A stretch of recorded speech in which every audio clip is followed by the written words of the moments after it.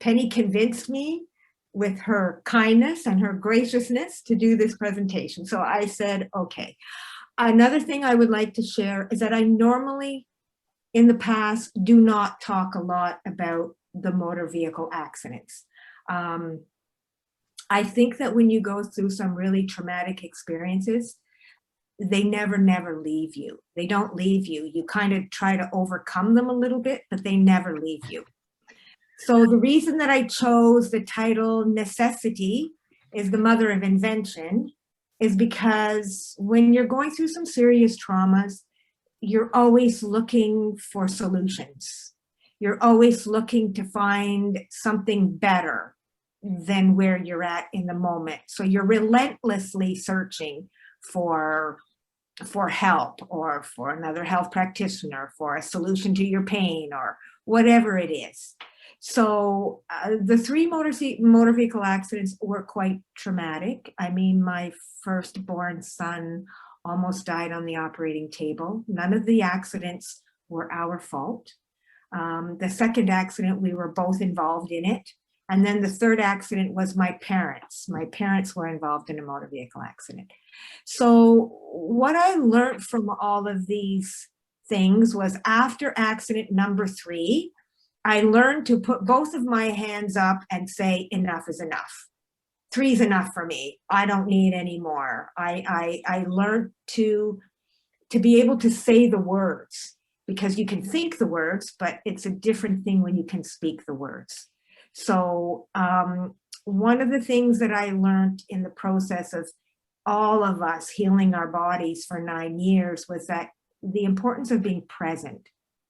The importance of being present, but not losing yourself in the experience, because you can easily lose yourself in the emotions of an experience.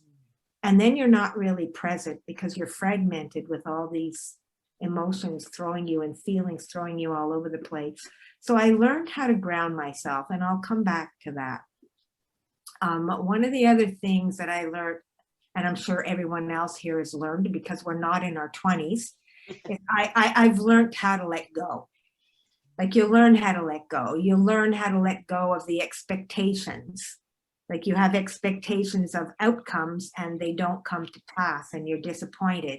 And I learned how to just go a little bit more with the flow, go a little, let things go a little bit better. And I learned how to take care, I guess it's recalibrate my own emotions, because that's really what it is.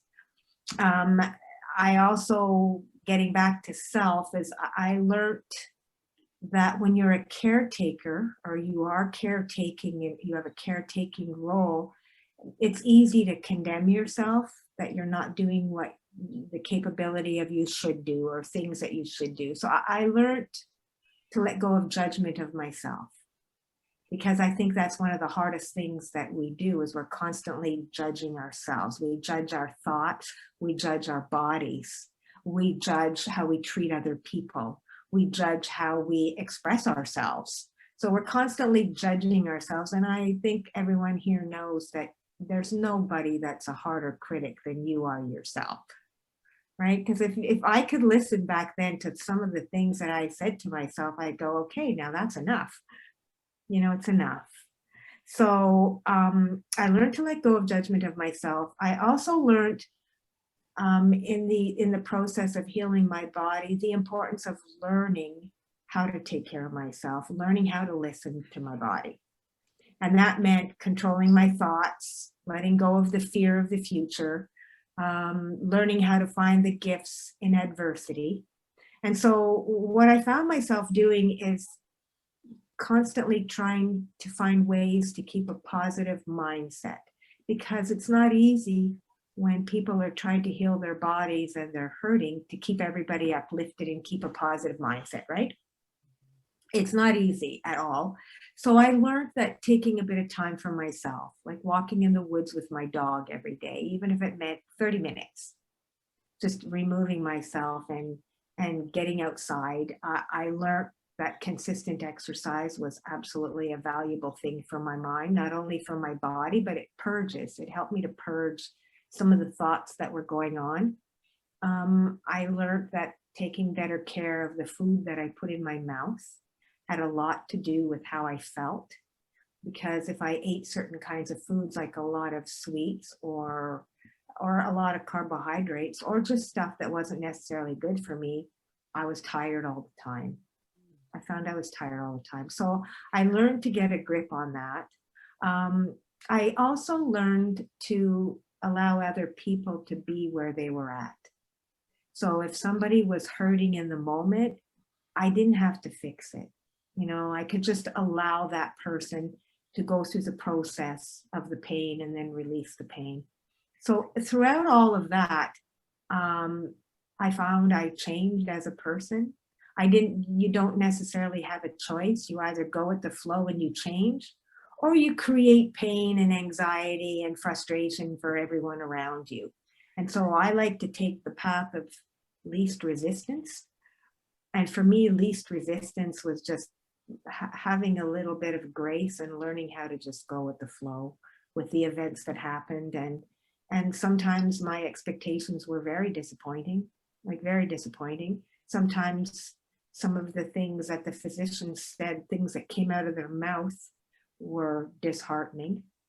But I learned that everybody has coming from their own place. No one means to be mean or judgmental. They're just coming from their own place.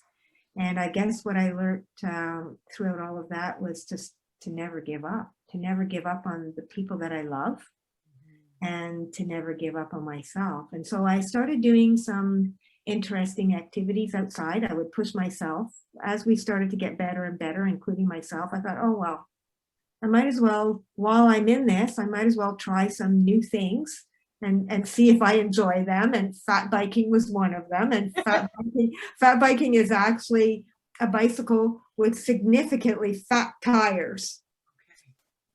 And most people fat bike in the snow. I fat bike all year round. I do it in the snow, and I also do it in the woods. And I deeply enjoy that. I just find it so peaceful and beautiful to be outside but moving my body at the same time. So I would highly recommend that. It's more fun than narrow road bikes. The other thing that I've picked up is wing foiling. Now, wing foiling is an activity that you do on the water. So you have a surfboard, and then you have a wing that's similar to an airplane wing. Oh. So you get up on that board, and then you hold that wing, and if you look on Google, you'll see wing foiling. You got to pump that wing a few times, and then the wind just takes you across the water. Wow. And it's an activity for people. It's for anybody, but I would suggest people 50 and older. It's great because you go in gentle wind. It's a gentle wind. It's not a powerful wind like windsurfing or kiting, and it's a lot of fun. There's a bit of a hill to learn how to do it. But in the meantime, I've been trying some new activities, and I find myself now that a lot of people come to me that are going through some adversities, especially now with the pandemic. And I find that the experiences that I had in the healthcare system, helping my family, I find that helps me a lot now in dealing with people. Like I seem to be able to understand them a little bit better, you know, allow them to be where they are and express themselves. And I find that makes a big difference, because I find today, in the world that we live in, that's so chaotic and fast moving, a lot of people don't have the time to just listen. Like just sit your butt down and just give one eye contact, one-on-one, and just listen. And I find a lot of people just don't have the time to do that anymore. And I find they don't have the time. They choose not to take the time. Yes, that's a nice way to put it, Penny. That's a nice way to put it. I guess because I've lived that, and there were times when we were going through our tragedy that no one had the time to listen. No one had the time to listen. And so I realized how valuable it is. And it only takes sometimes 5 minutes, just 5 minutes, to just let somebody know that you actually do care about where they're at and you wish them good. And then it kind of things pivot a little bit, and then they go on their merry way, and I hope that things change for them. But it's been a growing process for me to learn that. because I come from a business environment where time is of the essence, and you're not sitting down listening to your fellow worker talk about their husband that just walked out on them or their parent that just died. And so I've come from that background to the 9 years in the healing profession has really helped me a lot to just tone it down, you know, and realize that we're all human beings. We all have similar experiences of pain. We really do, no matter where you are in the world, because if you travel around, you're going to see the same thing. And I think it's just helped me to live a calmer life, just live a calmer life. Beautiful. Mm-hmm. That's awesome. Any questions? Questions? Does anybody have any questions? Is there something that you would like to know over and above that? Maybe what are some of the steps that you took to get to back to self and being able to say no? I think frustration. I think it was frustration more than anything. I learned that I got sick and tired of feeling frustrated. I got sick and tired of not having anyone listen to me when I said no. I think, Julia, you can connect with that. Especially if you're a person who's not outspoken and who's not loud, and you get tired of being overrided. So you start with little steps. You start with people that you feel safe with first, like your family, your children. Actually, you start with your children and you say, no, I'm not doing that today. I don't want to. And your children are your best teachers because they're going to push back as hard as they can, right? Because they want to get their own way. So they push back really hard. And I do have to say that my children have been my greatest teachers. So you just gradually, you take steps and you do it with people that you feel safe with first, your family, and then you go to your friends. You know, a friend might want you to do something that you don't feel comfortable to do, but you don't want to hurt her feelings. So you kind of just give in and you go ahead, but you wish you didn't. So you just start those kinds of little steps, and you find that every time you say no, and it's not to hurt anybody, you get this little inch of empowerment that comes within you. And it's not an arrogant thing. There's no arrogance involved. It's just, oh, I feel good. I could actually stand up for myself this time. And then you just take it from there. I'm not 100% there for sure. I'm not 100% there, but I look at myself now compared to the way I was, and I go, oh my gosh. I am proud to say that I've made steps in the right direction. In the right direction.